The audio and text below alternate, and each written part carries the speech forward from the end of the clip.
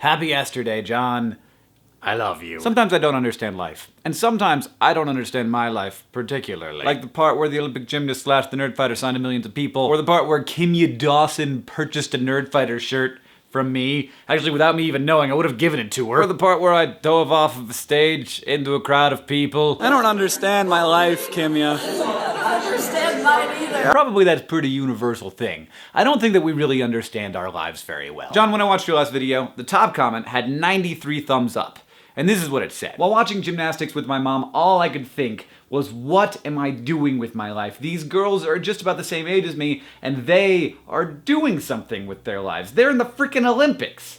And that feeling sucks. But here's the thing, gymnastics scoring, or even the appreciation of gymnastics, isn't a universal thing. The Olympics has value because we come together as individuals and give it value. Like if shot put weren't a thing and people weren't watching and didn't give it value, it'd just be a guy out in a field with a rock. Guys, I'm gonna throw this rock really far.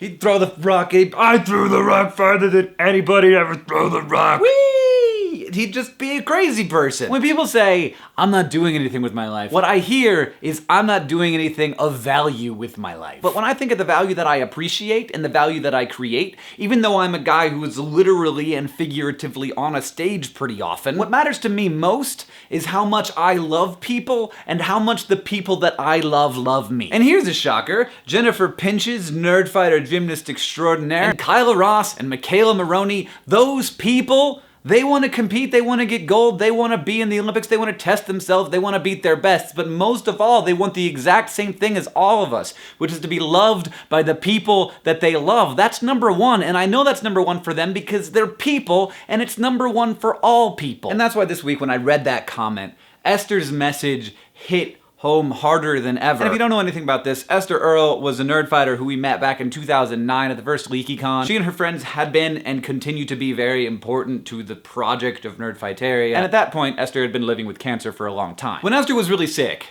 John told her that we wanted to celebrate her birthday every year for as long as the Vlogbrothers channel existed. And he wanted to know how she wanted us to celebrate it. And she took her time telling us. It took like 2 weeks and she finally got back to us. She told John that she wanted it to be a day where we celebrated love between family members and friends. Not like Valentine's Day where we celebrate romantic love, but a time where we go out and make an effort to say I love you to the people who we're maybe a little bit uncomfortable saying I love you to. To the 93 people that upvoted that comment and to everybody else who feels this way, remember that the value that you bring to the world largely comes with what you love and who loves you. And no, it's not an Olympic sport, but this yesterday, today, you get a gold medal in love if you can say I love you to some people who you don't usually say it to. Don't take other people's love for granted and don't assume that they know how you feel. If you need a little bit of help with that, Nerdfighter Joviana made some amazing Esther Tines. They're Nerdfighter themed.